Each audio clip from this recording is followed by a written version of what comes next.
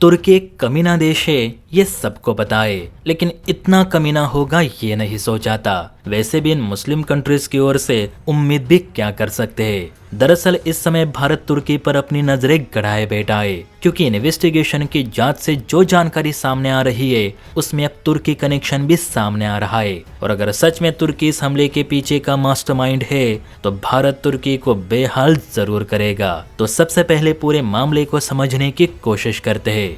आप सभी जानते हैं कि 11 नवंबर 2025 को दिल्ली के लाल किले मेट्रो स्टेशन के पास एक Hyundai i20 कार में हुए जोरदार धमाके ने पूरे देश को हिला दिया, जिसमें अब तक 13 लोगों की मौत हो चुकी है, जबकि 20 से अधिक घायल हुए। शुरुआत में इसे गैस सिलेंडर ब्लास्ट या हादसा माना गया, लेकिन फॉरेंसिक जांच और एनआईए की प्रोब में साफ हो चुका है कि यह एक सुनियोजित आतंकी हमला था, जिसका मुख्य आरोपी डॉक्टर उमर नबी और उसका साथी डॉक्टर मुजम्मिल शकील है। हालांकि उमर नबी ब्लास्ट में ही मारा गया, जबकि डॉक्टर मुजम्मिल शकील को गिरफ्तार किया गया है और इसी शकील का कनेक्शन तुर्की से निकला, जिस वजह से ये जांच पड़ताल अब अंतर्राष्ट्रीय स्तर पर पहुंच चुकी है।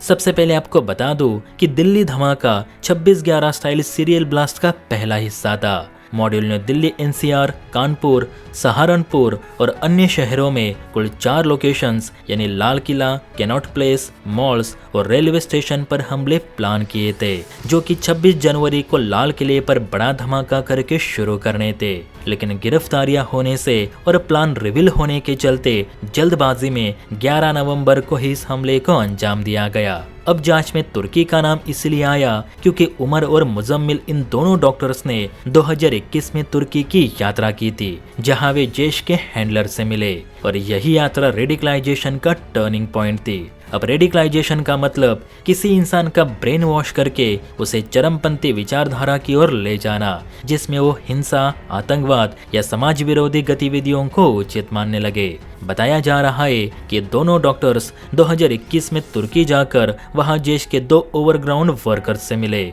जिसने उन्हें वैश्विक जिहाद और ऑपरेशन सिंदूर का बदला लेने के लिए रेडिकलाइज किया। जैश के हैंडलर का कोड नेम उकासा बताया जा रहा है, जो कि तुर्की के अंकारा शहर से ऑपरेट कर रहा था। ये handler session encrypted messaging app और टेलीग्राम ग्रुप्स के जरिए इन दोनों से बातचीत कर रहा था, जिसमें ये चैटिंग पाई गई कि आप दोनों भारत में और आतंकी मॉडल फैलाओ और 6 दिसंबर यानी बाबरी मस्जिद विध्वंस की सालगिरह पर अटैक करो। अब यही चैटिंग देख भारत और भी सख्त हो चुका है। वैसे भी जानकारी मिली है कि तुर्की भी जैश ए मोहम्मद को अपने यहाँ पनाह देता है, जो वहाँ से भारत विरोधी सोच को कश्मीर और दिल्ली के मुस्लिम वर्ग में फैला रहा है।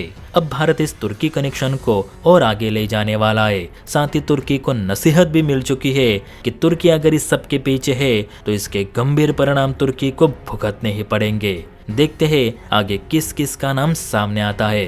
वैसे आप बताना, दिल्ली ब्लास्ट में अगर तुर्की का भी हाथ है तो तुर्की को किस अंदाज में सबक सिखाना चाहिए? हर एक कमेंट करके अपनी राय जरूर दे। और हाँ, वीडियो अच्छी लगी हो तो बेल आइकन प्रेस करके चैनल को लाइक एंड सब्सक्राइब जरूर करें।